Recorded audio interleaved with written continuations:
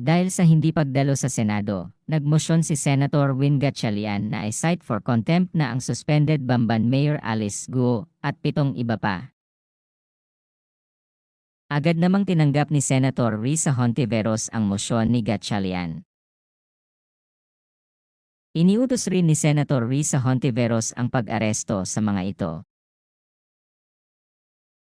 Hawak po natin yung letter of explanation ni Mayor Alice at sinite po niya yung dahilan na she's not mentally fit, Madam Chair.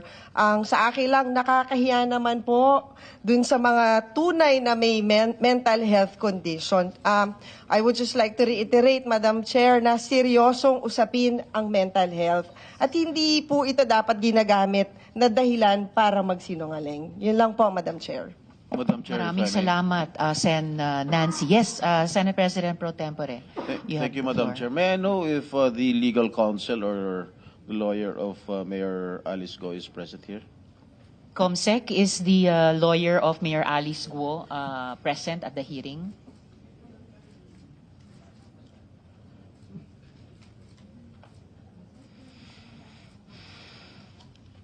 It would appear, Sen. Jinggoy, Senate President Pro Temp, that the lawyer of Mayor Alice Guo is not at the All right. hearing. May I know if Mayor Alice Go is still in the country? May we inquire from the BID if she is still here in the country?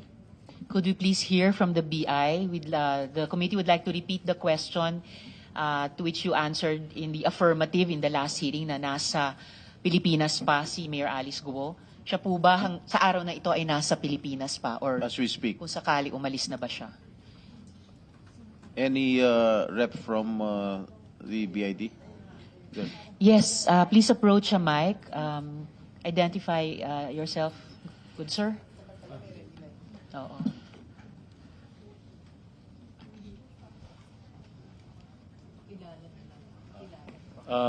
Yes.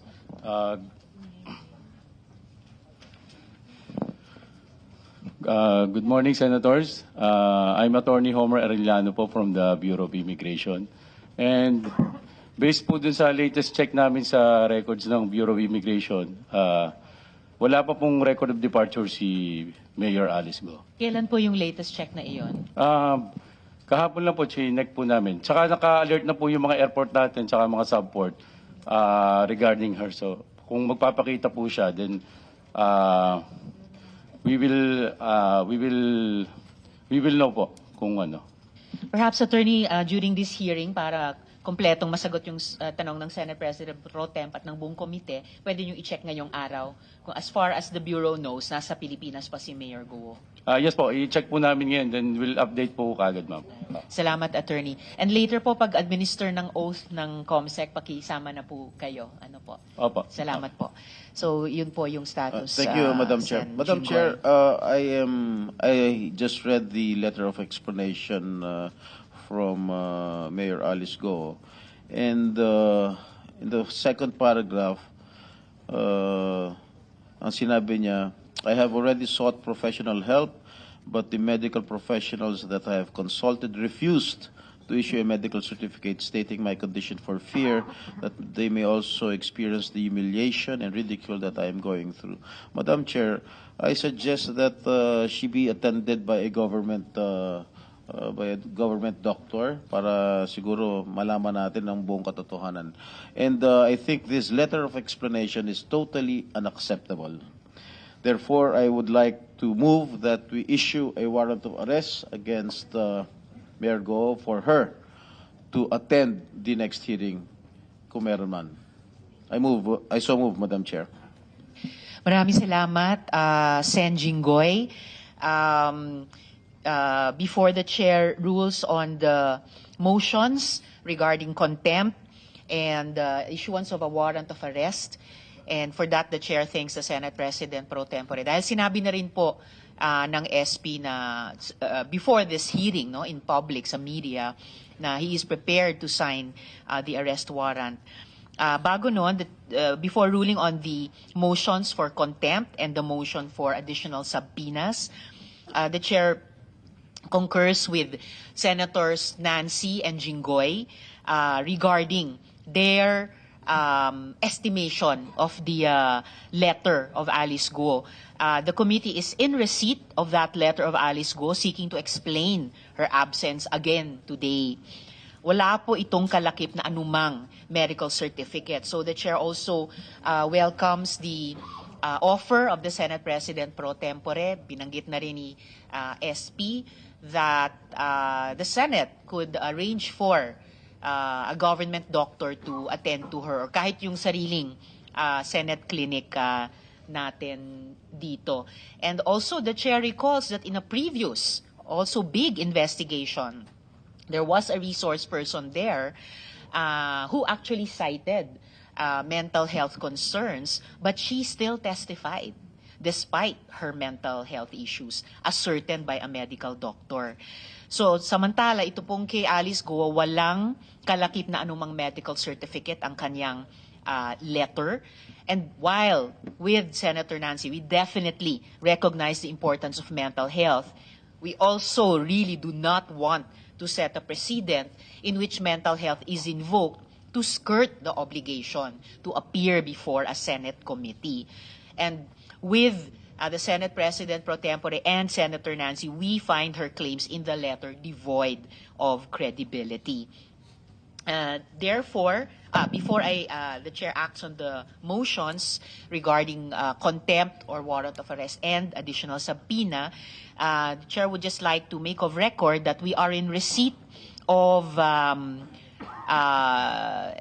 letter from the attorneys at law of Mr. Marion Ryan Chua, Edwin Ang, and Julian Linsangan III, saying that they received the email inviting them to appear here, but they are respectfully informing the Senate that they have a conflict of schedule, as they are also scheduled to file criminal and civil cases on said date. Rest assured that the cooperation of Mr. Chua, Ang, and Linsangan will be ready and available at the next scheduled hearing of the Senate. The chair will show the copy of this letter to Sen. Sherwin, because these three invited persons are subject of a motion, one of the motions for subpoena of the good senator.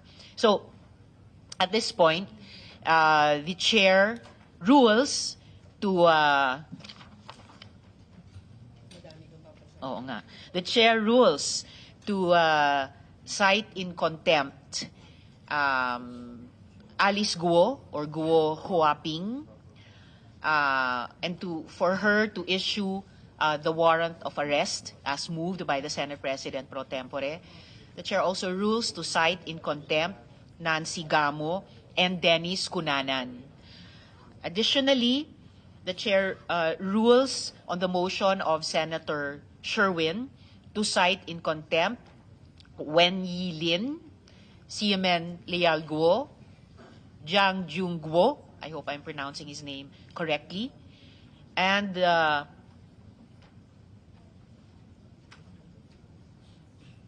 Sheila Leal Guo, Wesley Leal Guo, and invited resource persons, Cruz, Pujante, Alpas, Ong, De La Serna, and Mendoza.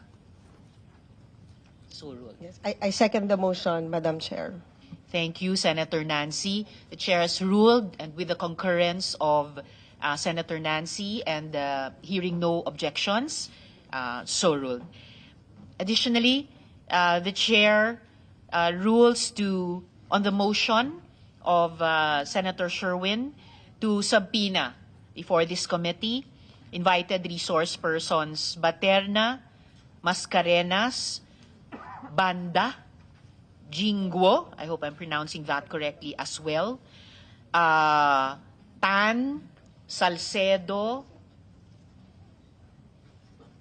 Alejandre, and I need to check my handwriting on this last name. So ruled. ComSec, please take note. Huwag kalilimutang mag-like at i-click ang subscribe button para updated ka sa pinaka-bagong balita sa loob at labas ng bansa. Salamat.